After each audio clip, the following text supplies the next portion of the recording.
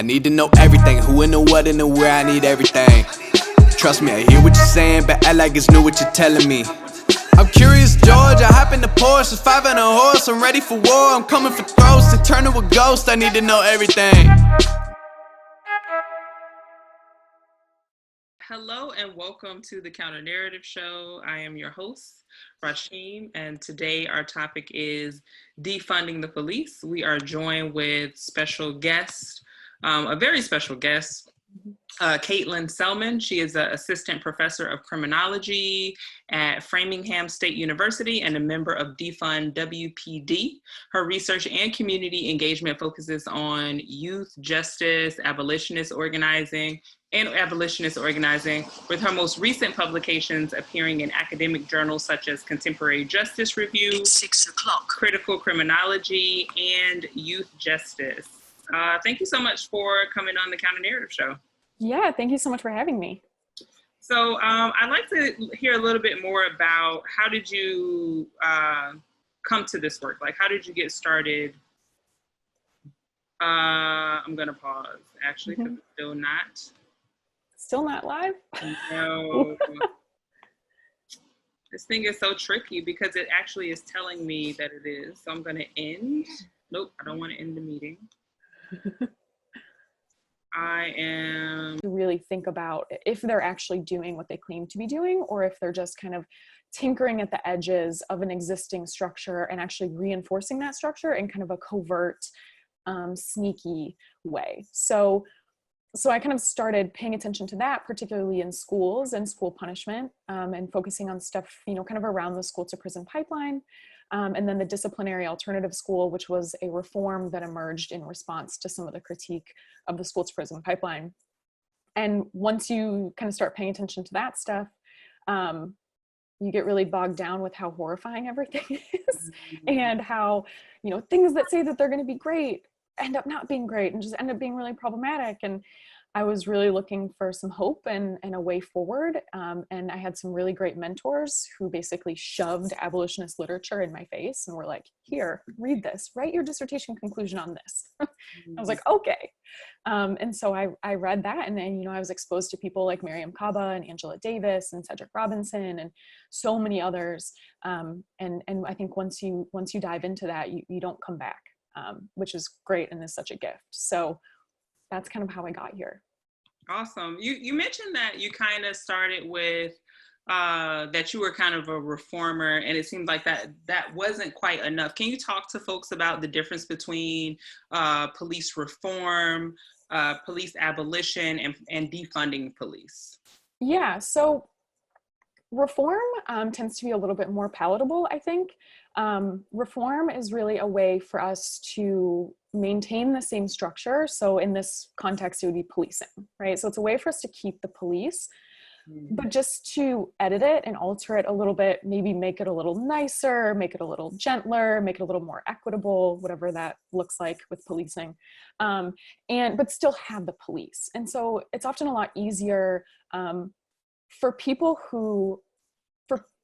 for whom I guess the police have always been meant to protect, particularly white people, right? It's a lot easier for us to imagine changing the police a little bit, but not to fathom getting rid of them, right? It's like this wild thing, this just absolutely wild suggestion. Like it's laughable at best, and unimaginable at worst, I think. But reform kind of makes sense because a lot of people can't deny that we have a lot of issues with policing. We've had a lot of issues with policing. And so reform sounds like this very plausible thing that we can do in the short term. We don't have to wait decades or however long for that to come. Now, with reform is the goal, right? The goal is simply to reform. And there are steps that we can use to get there. With abolition, the goal is to abolish. Reform is one of many, many, many, many, many tactics that we can use to get to abolition. So reform, kind of non-reformist reforms, things that don't bolster this system, things that actually run in direct contrast to the system, but that can still allow us to have incremental change, are very much in alignment with abolition. And defunding is one of those things, right? So defunding can be a reform, defunding can also be a step towards abolition. And it kind of depends on what your end goal is. So for me, defunding is just one of many steps that we take to get to Du Bois's abolition democracy, right? Like this is just one thing that we need to do. We need to do so many other things. And of course that's uncomfortable and complex and very long-term and requires a lot of imagination, which I think is why there's often so much pushback. But those are kind of the different things. So with abolition, like the goal is eventually to have a world where we don't need the police, where we don't even think that we need the police, where we have actually thought our way out of this idea that the police are here to keep us safe. Because as we've seen, the police are not here to keep everyone safe. Policing has never been about keeping everyone safe and equally safe and keeping everyone happy and healthy. So it kind of depends on what you want. You know, if you still want to have the police around and kind of tinker with it, then that's reform. But if you want to have a world where we've built up community structures of accountability and we have people we can call on for safety, and we have these kind of alternative structures in place, and where we've built up institutions that do promote safety so much that we don't have as much harm and violence as we have right now, then that's kind of the abolitionist goal. Okay. You mentioned a bit about, you know, one of the things in which sometimes people see around with the police is they're supposed to be here to keep us safe, but they're not actually keeping us safe. Can you share some of your insights on the current role of punishment, imprisonment, and policing in our current society? What is their active role, not what their ideal of, you can share a bit about both, a bit about what their ideal of what it should be, and then also what is the current role right now of punishment, imprisonment, and policing? Yeah, so I think in terms of kind of the ideal, because I think this is important, right?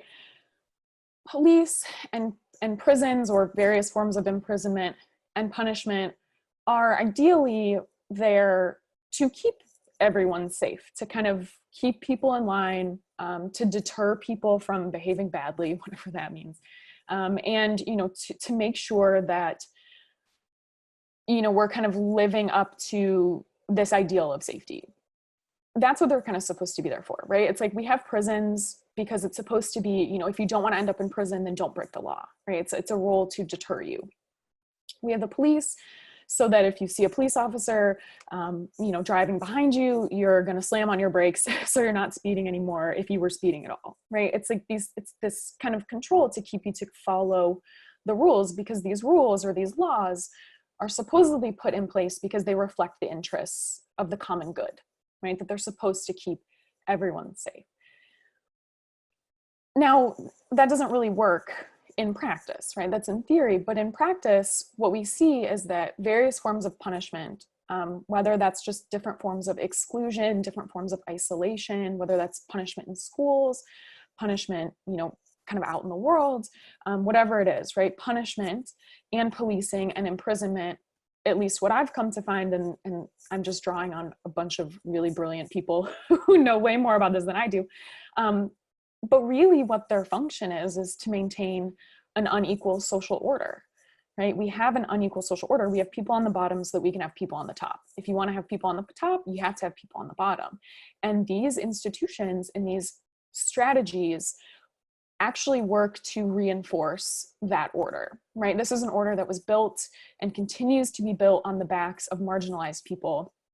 And it's maintained through oppression and exploitation and erasure and enclosure and isolation and all these kind of horrifying experiences. So what we see is that policing and imprisonment and punishment are some of the kind of strategies that allow those forces to work. And we see those things kind of proliferating throughout those institutions. And so it's not a coincidence, you know, this system, like you'll hear it, right? Like this system isn't broken. It's actually doing exactly what it was designed to do, right? Prisons aren't broken. They were designed to effectively control what have been called the dangerous classes, right? Marginalized people. Policing was designed to protect property, right? To protect whiteness. So these things aren't misfiring, right? You know, they're not just broken. We don't need to just like pull over and kind of, you know, fix the wheel. This is exactly how they were designed to work. So they're actually working quite well. Mm-hmm. Yeah, thanks for sharing that. I want to first say hello to Jerome Chester, as well as to Felicia and to the 12 folks who are currently tuning in. Feel free to share this out on other platforms, in your groups. You mentioned how it's working quite well. It's working as it was designed, and it's one of the aspects of it is it's designed to protect whiteness. Also in your work, I know you talk a bit about the carceral state.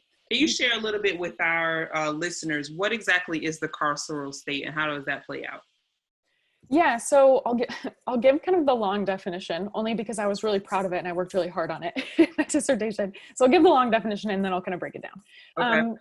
So in my dissertation, I define the carceral state as a vast apparatus of punishment and control, consisting of a variety of institutions and mechanisms that work both overtly and covertly through exclusion and oppression to produce and maintain a steady stream of marginalized bodies necessary for the racial capitalist order. So I think that's like an 80-word sentence.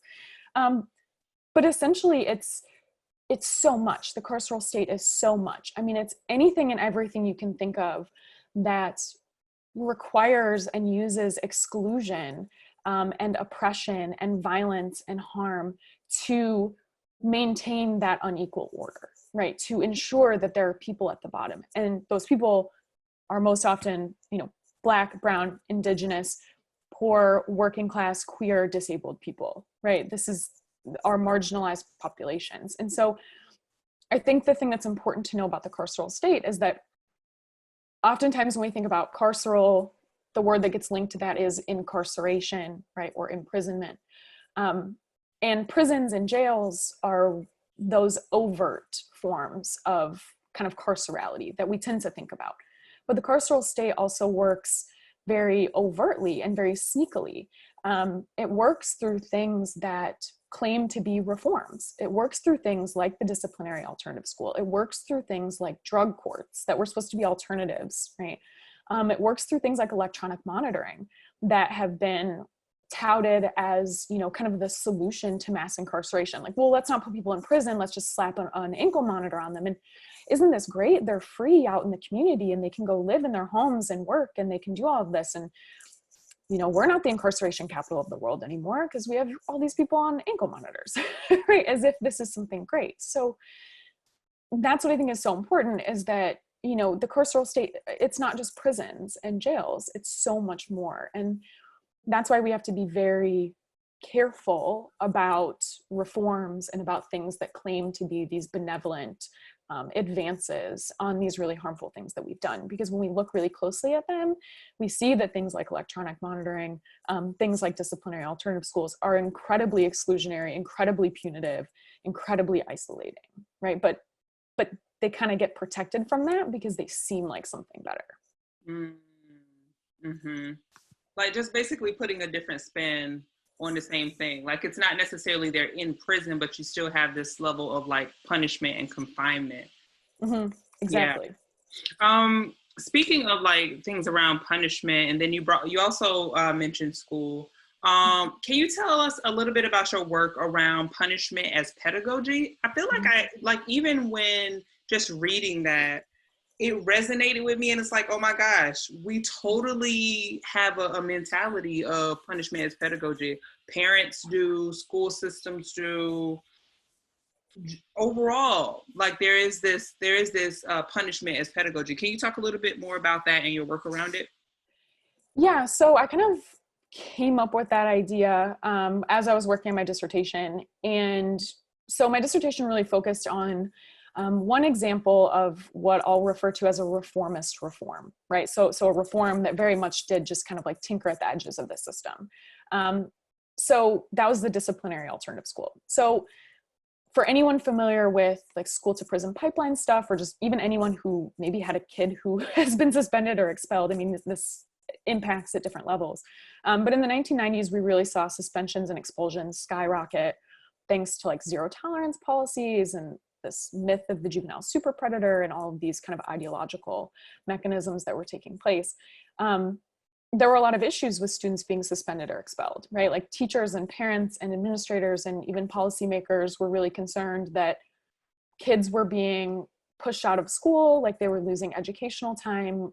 One of the big concerns too is that they were being pushed out into unsupervised spaces, right? And like out causing trouble because they weren't in school anymore. So in response to a lot of those critiques, there was a big push to reform, right? To respond to this. Like, yes, we know that the school to prison pipeline is problematic. We know it's really bad to kick kids out of school. So what can we do to kind of fix that problem? And the disciplinary alternative school emerged in response.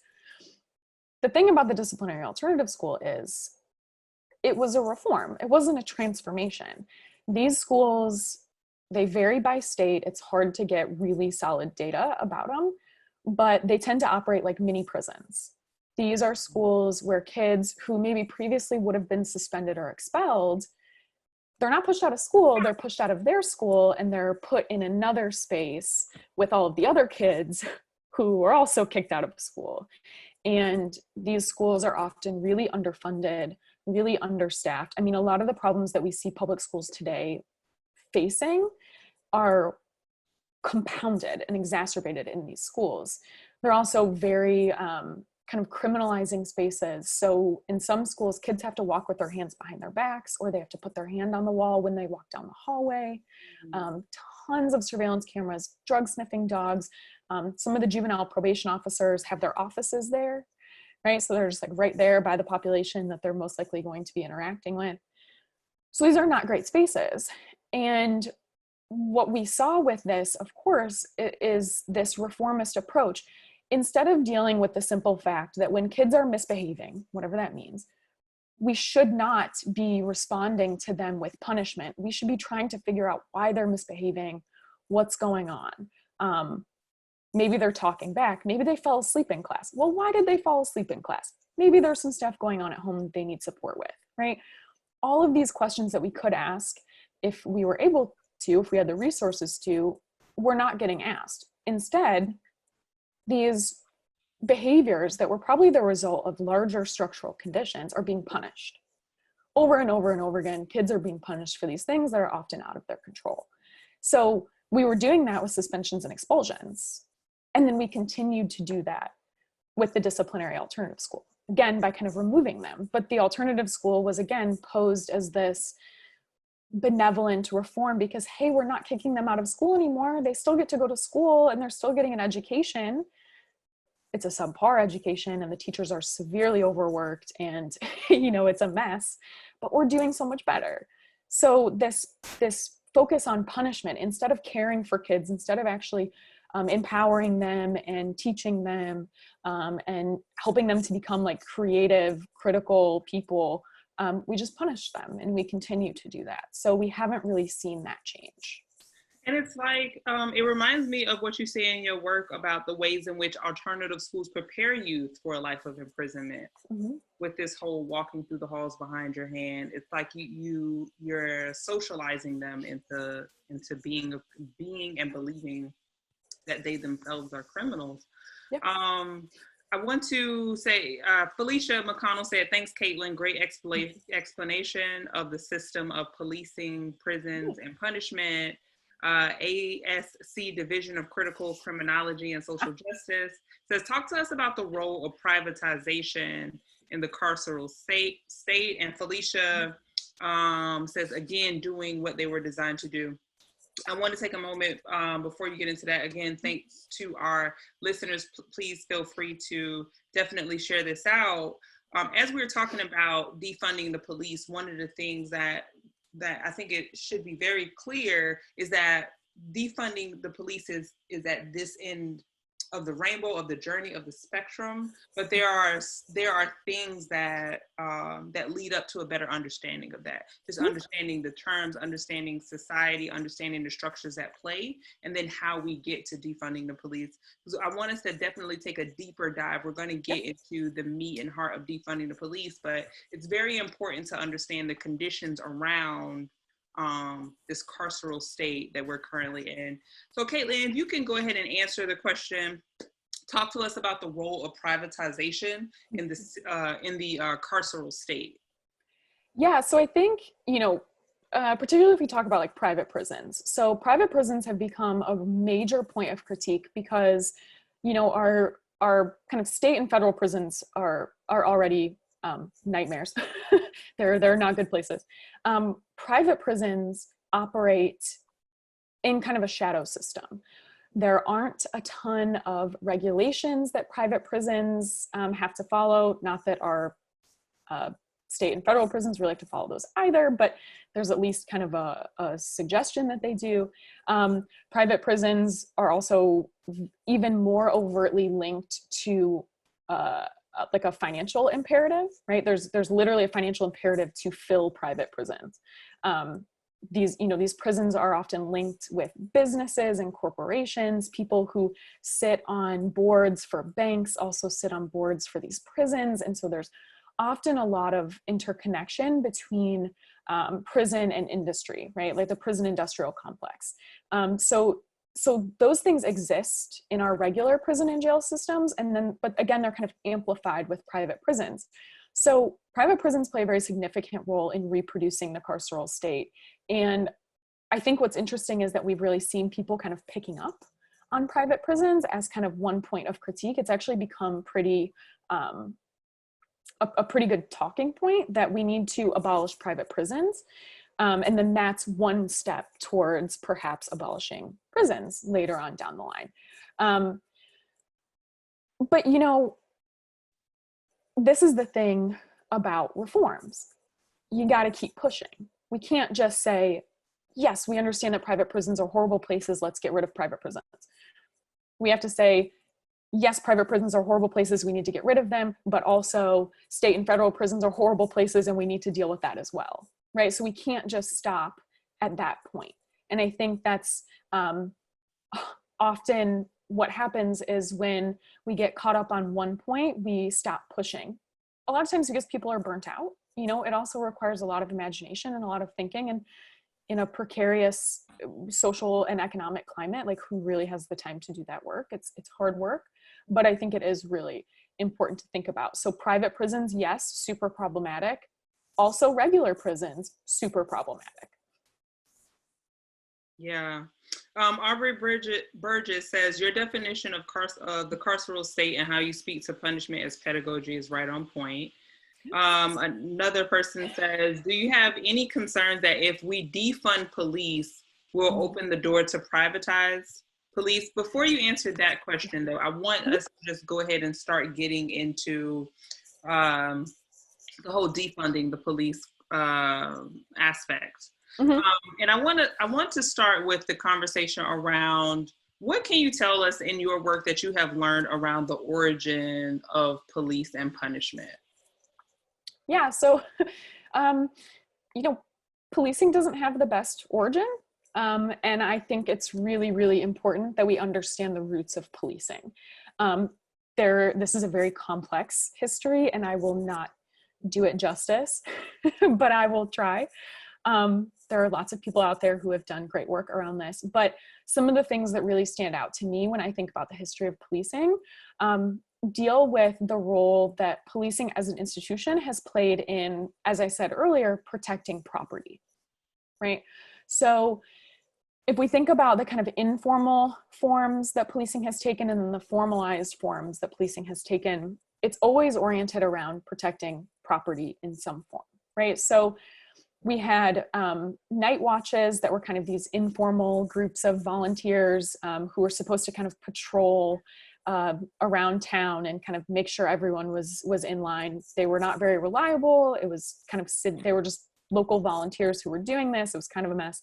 But then we saw kind of pushes, especially in the North, particularly New England, to formalize police forces. So the first publicly funded organized police force was actually in Boston in 1838. So Framingham State is right outside of Boston. So I think this is important context.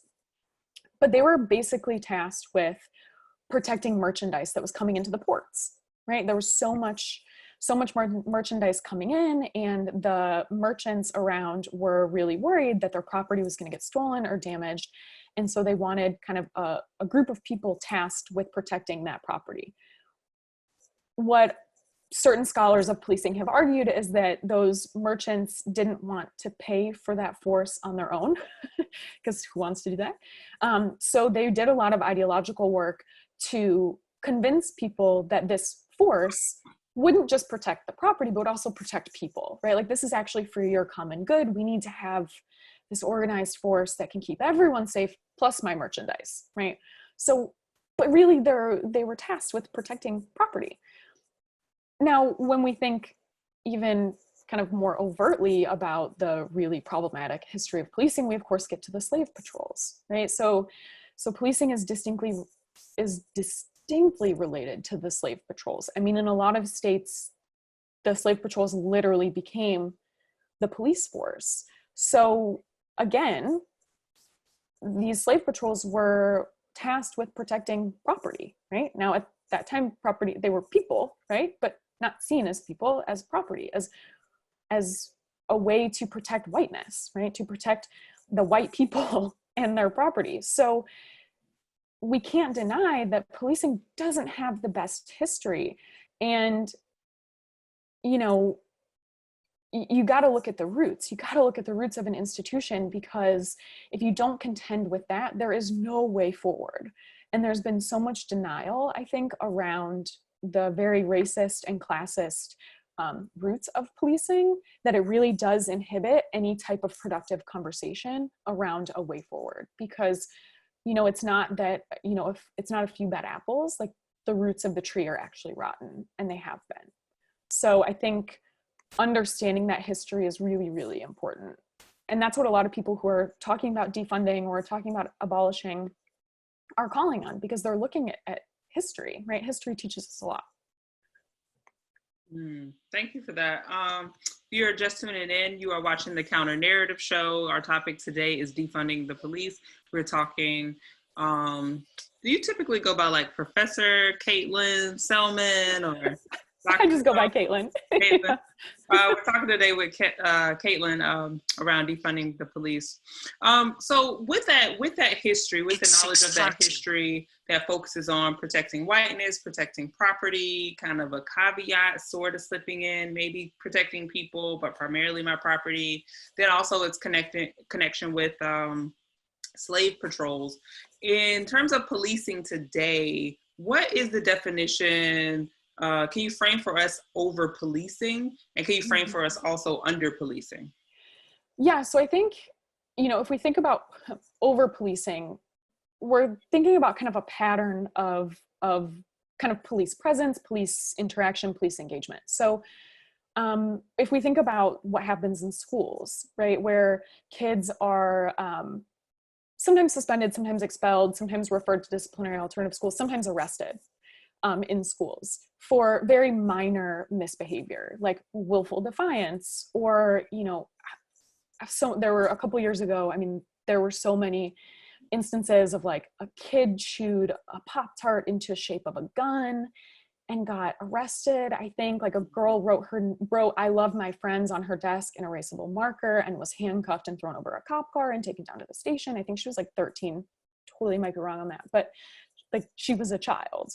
And those are the kind of the instances of over policing, right? We're like over policing people. We're taking things that are not inherently dangerous or violent or cause harm to people, and we're making those things criminal.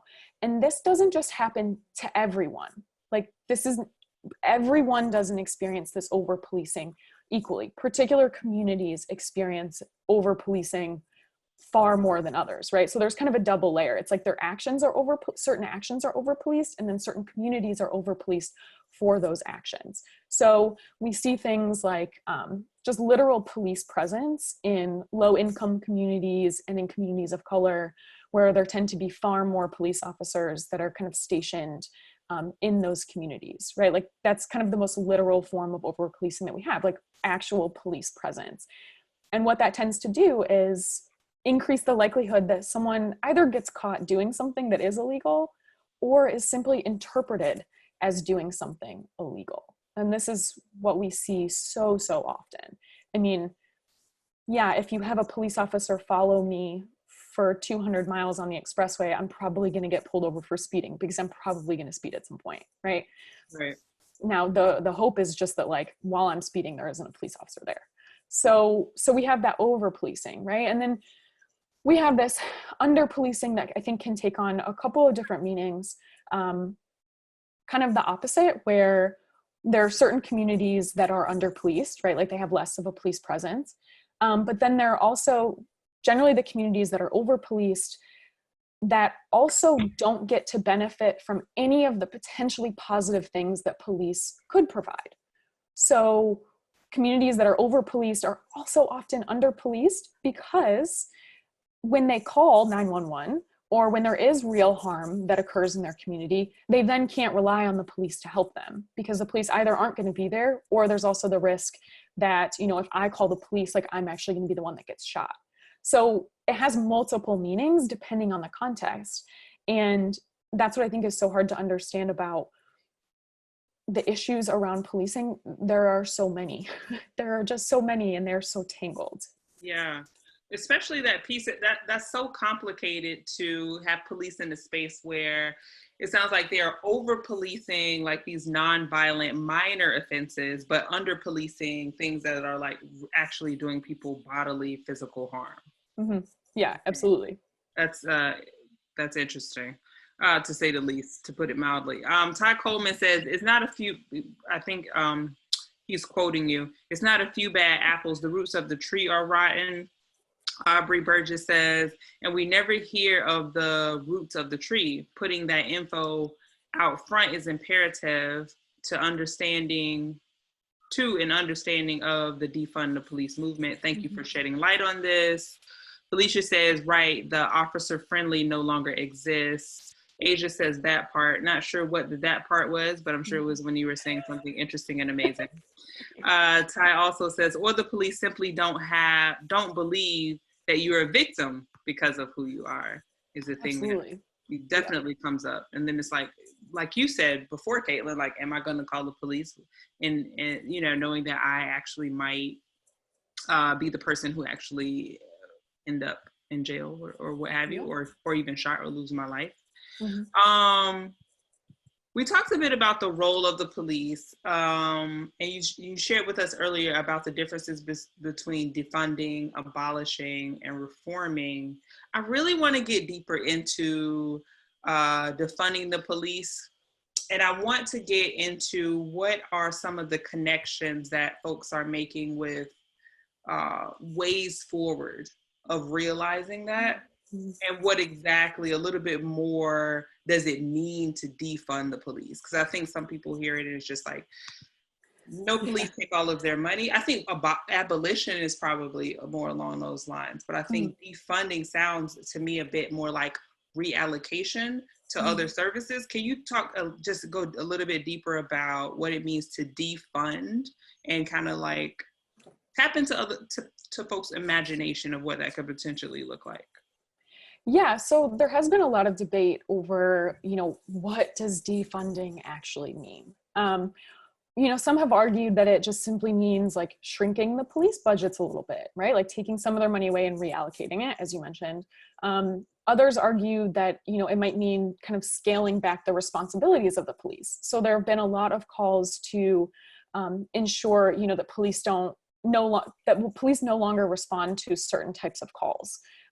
That we send, like social workers or mental health workers, you know, or what have you, that police no longer have that responsibility. Others have actually kind of used this call for defunding to put forth more of a reformist agenda, where they actually call for more money to fund things like body cams, which is something I can talk about.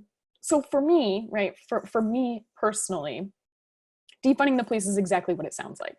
It does indeed mean defunding the police. It literally does mean taking their money. But it means so much more than that. And this is where I think the conversation tends to kind of end, right? So because I'm an abolitionist, I see defunding as a means to a particular end, kind of as I talked about earlier, right? The end being down the line, a world without police and prisons and rent and low quality and unaffordable healthcare and underfunded schools and basically racial capitalism, right? Where we see an end to that. shrinking police budgets on its own isn't really transformative or liberatory. It has the potential to be, but we have to push a little bit more, because simply shrinking the police budgets is not going to ensure that Black, Brown, Indigenous, queer, disabled, working class, and poor people are no longer at risk of the violence of the police, right? This is not the only thing that we can do. Like, defunding the police is not going to ensure that those things don't happen anymore. And if that's what we want, then we have to push further. So defunding moves us one step closer to that world, but it's not the only thing. And it can't be the only thing. We have to keep pushing. So defunding essentially means, in kind of short-term ideas, rejecting outright budget increases. So that's something that Defund Worcester PD, that's what we were kind of fighting against, was a $254,000 budget increase that we unfortunately didn't fight off, apparently. But it means rejecting those outright budget increases. It means rejecting the absurd overtime budgets that police departments often have. It means rejecting the sneaky increases that we'll see in things like body cams and implicit bias training, all of these reforms, right? And at least for abolitionists, it eventually means operating without the police. And I think this is where, I've seen a lot of things on the internet where people are like, no, defunding the police does not mean that we're not going to have the police anymore. Calm down, it's okay. Mm-hmm. Like, it does. It right. does, right? Like, I mean, for some, right? For, I think what we're seeing, for a lot of the kind of the people leading defund campaigns across the nation, they're not just arguing for defunding the police. They're arguing for an investment, taking that money from the police and putting it into schools and public health initiatives and libraries and all of these amazing institutions that we have, so that we can prevent the harm and violence that makes us believe we need the police, so that we no longer think that we need the police, so that we no longer have the police. So it's kind of a long-term thing. But yeah, I mean, for me, like, defunding definitely does mean defunding. Yeah, I think one of the things that, speaking to you, I feel like in just like recent studies and looking into things, is the ways in which some of the reforms actually does increase the budget. Body cams means they need more money. Bias training means they get more money. There's so many things around, like, all of those, all reforms mean increasing the police budget. Defunding means decreasing and allocating it. And then the abolition is the move toward, like, no more police, possibly, Yeah. like, how can we live in a world where, and I think that's one of the biggest challenges around tapping into the imagination of how can we live in a world without police. I think, here's a question. In some of your work, have you heard the term restorative justice? Mm-hmm. And how does it come up and play out in this sort of defund the police movement? Yeah, so the first time I came across restorative justice, because my research really focused on schools, that was kind of like ground zero for restorative justice, right? So restorative justice is supposed to be this kind of alternative approach, to traditional forms of punishment. Sometimes it involves, like, healing circles, or in schools, like peer juries, things to bypass, I guess, alternatives to, like, suspension and expulsion, right? Within the context of the school, the research on restorative justice is kind of mixed. There have been a lot of students of school districts who have implemented restorative justice and have been like, yes, absolutely, we like this so much more than being suspended or expelled. Let's please keep this. But in terms of, what restorative justice actually does, it's very reformist, if you think about it. Even in the name, restorative justice, right? It's about restoring previous conditions. Now, the counter to that, and what I see more, what I'm kind of hearing more about, which I think is amazing, particularly in terms of defunding the police, is transformative justice, right? Where with restorative justice, you want to restore previous conditions. With transformative justice, you want to transform the forces that made those conditions in the first place. So if we think about why someone hurts someone else.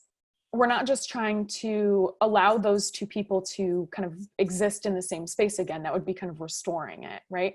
We actually want to understand why that harm took place in the first place on an individual level, on a community level, and on an institutional level. We want to help the person who was harmed heal from that harm. We want to help the person who caused the harm heal from harm that they had also potentially experienced prior to this. And we will also want to change the conditions in the community and in the institutions that made that harm possible in the first place. And so that's a lot of work, right? Transformative justice requires transforming our education system, transforming our healthcare, transforming, like probably even just actually straight up abolishing capitalism, like if we're gonna go that far. Transforming our understandings of community, transforming how we relate to each other so that we can build up alternative structures of accountability and safety that don't rely on just restoring previous conditions, that actually transform the conditions we live in right now, and that, you know, people after us will live in, so that those things don't happen again, or they're at least significantly less likely to happen again. Mm-hmm. ASC, Division of Critical Criminology, commented, and the new Trump plan actually gives them more money. Ty commented, yes, reform just increased the police budget. And we already have reforms that police do not honor. For example, chokeholds have been illegal in most jurisdictions. Gary Mullen adds, the Baltimore City police budget is $550 million. Felicia adds, transforming all of it to exclamation points in red, I might add. Felicia also says the police department needs a gut job. Yeah. What are some of the biggest misconceptions, would you say, about defunding the police, what it is and what it means? What do people get wrong about it? Yeah, so I think there are a couple of things. I think there are two main things, and I think these are obviously intertwined.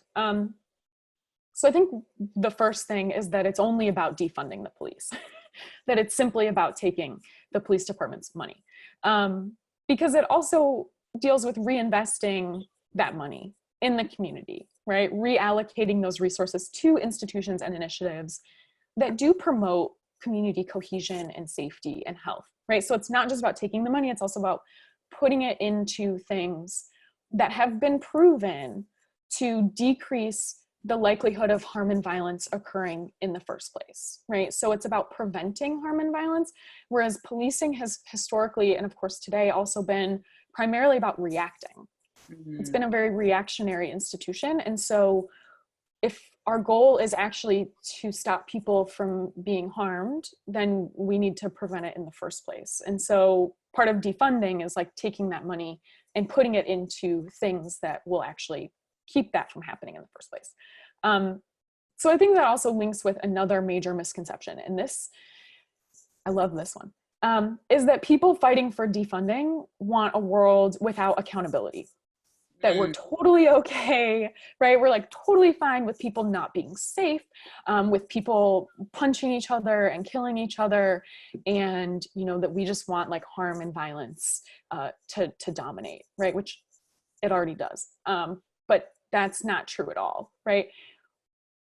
We want to defund because it opens up money, but it also opens up time and energy and creativity that we can devote to strengthening schools and public health and housing and, you know, employment support, and mental health support, right?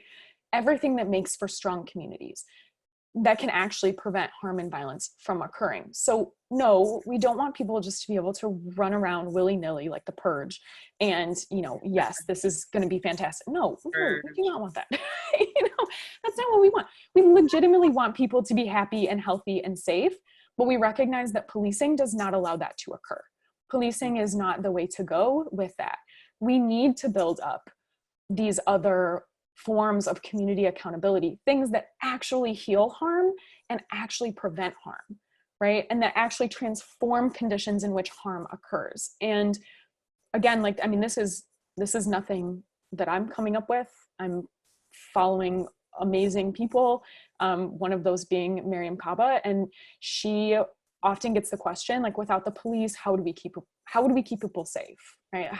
How would we not just let it be the purge? And I love her answer because she always says, like, what I ask is, what are we doing right now to keep us safe? And is that working? Right? No.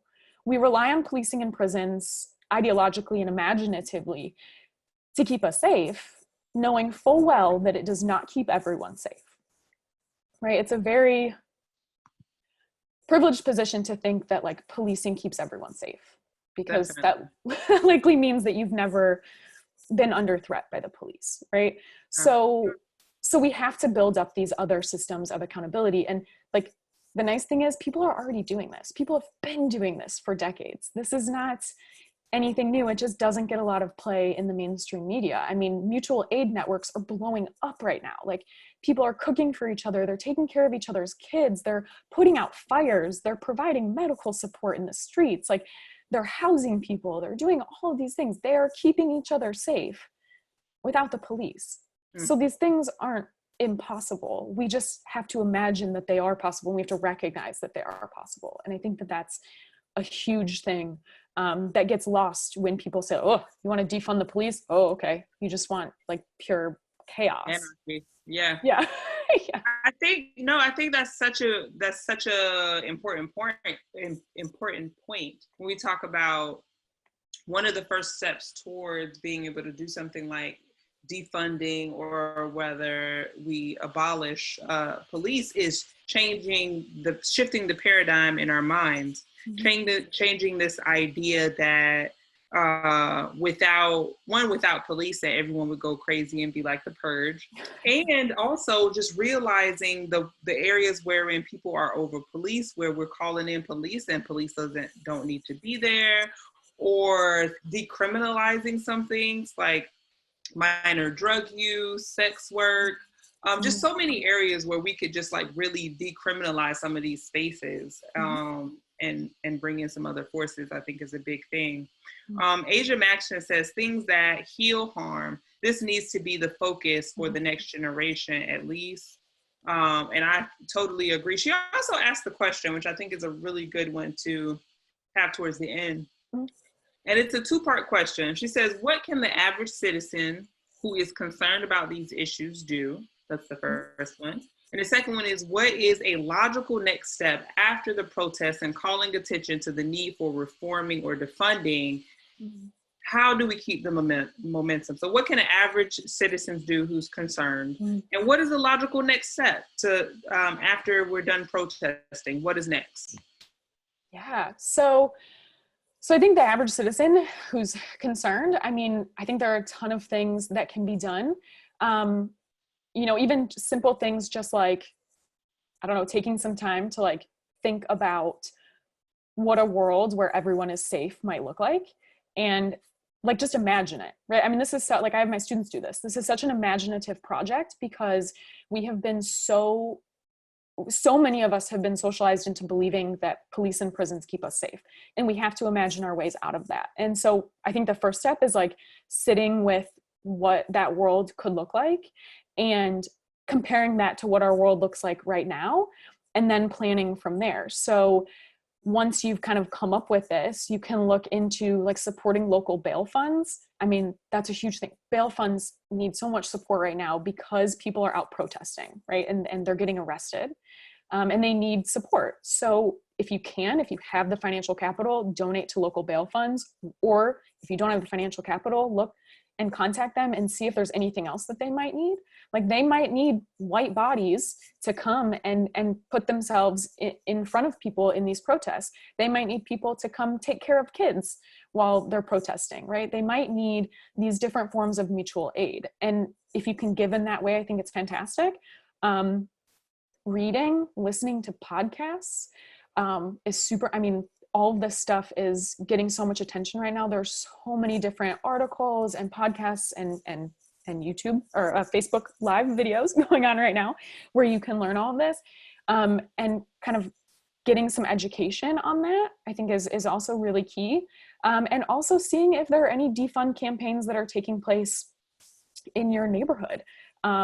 And if they're not, the Movement for Black Lives actually just came out with an amazing defund toolkit. And so if you have the capacity to start a campaign, they have laid out all of these amazing steps for doing that. So I think there are a lot of different ways. And, you know, a lot of it's ideological, like some of it's physical, some of it's financial, and a lot of it is imaginative as well. And just thinking through these things, because we need to do this emotional, imaginative work to get ourselves out of this mess, I think. Mm-hmm. I agree. It's definitely going to take several points of entry, and I really think that aspect of like being more imaginative cannot be overstated, because I feel like I'm a fan of speculative fiction. Yeah, me too. And I feel like one of the reasons that I am a fan of speculative fiction is that there's this exploration of imagining a world beyond where it is. I know, you know, a lot of times with Afrofuturism does this. Octavia Butler has a lot of books that I feel like are just like so coming to life right now. Yeah. Our real life experiences. Before we close out, what are some of the things that you mentioned a resource? I think you said what did you say? The Movement for Black Lives. The Movement for Black Lives has a toolkit. Yes. So if folks want to jump on that podcast, could you recommend one or two? Yes. So Call Your Girlfriend just did an episode with Miriam Kaba. Anything with Miriam Kaba is going to be amazing. Season of the Bitch also just did one about abolition and defunding. So those are two really good ones.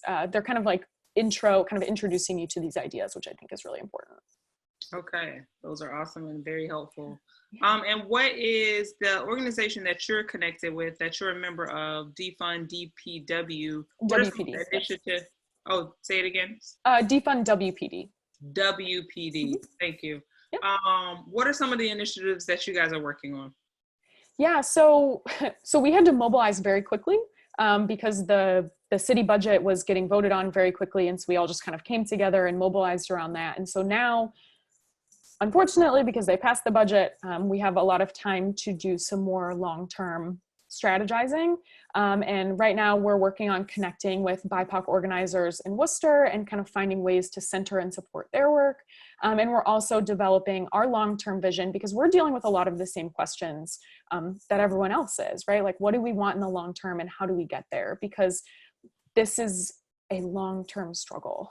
This is not something that's going to be done very quickly. So we're kind of focusing on some other proposals that have been made in the city around like body cams and civilian review boards, and kind of strategizing around that and figuring out, you know, where we should, kind of what we should be supporting and what we should be fighting against. So yeah, so we're working on a lot.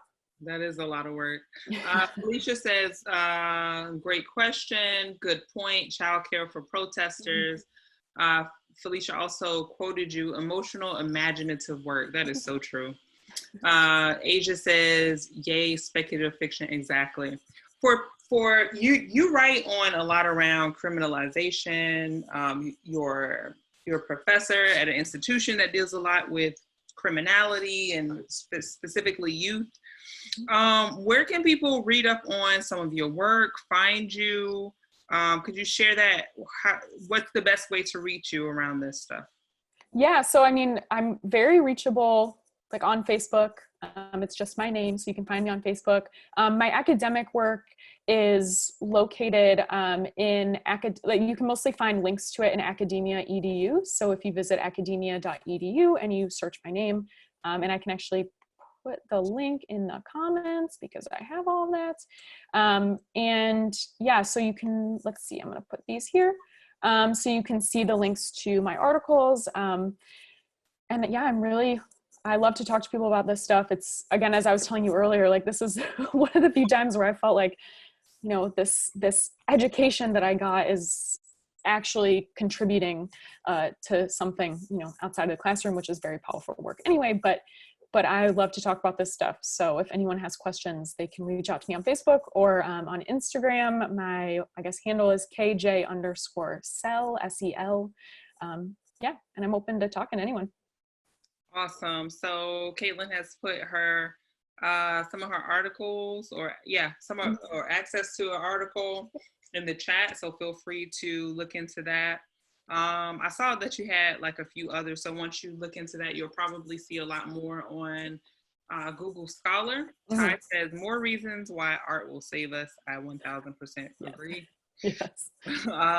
Thank you so much for everyone who tuned in, everyone who shared a comment, and just engaged in the conversation. Caitlin, thank you so much for being here and sharing your insight. Yeah, thank you so much. This was great. This was a lot of fun. So I'm excited to have more conversations like this. Awesome. I look forward to having you on the show again. And I am going to, I'm sharing my screen. Stop sharing my screen. I am, nope, did it again. I'm trying to share a different screen. So I'm going to get it. I'm going to do it the right way. Nope, didn't do it the right way. All right. Say lovey. Thanks again for coming on. Really appreciate your time. Have a good one. Yeah, thank you so much. Thanks again for everyone who tuned in. Next episode will be a seat at the table, and it will focus on the significance of having people of color on boards, on nonprofit boards. So the significance of having people of color on nonprofit boards, and the title will be A Seat at the Table. Good night, everybody. Until next time, this has been A Counter Narrative.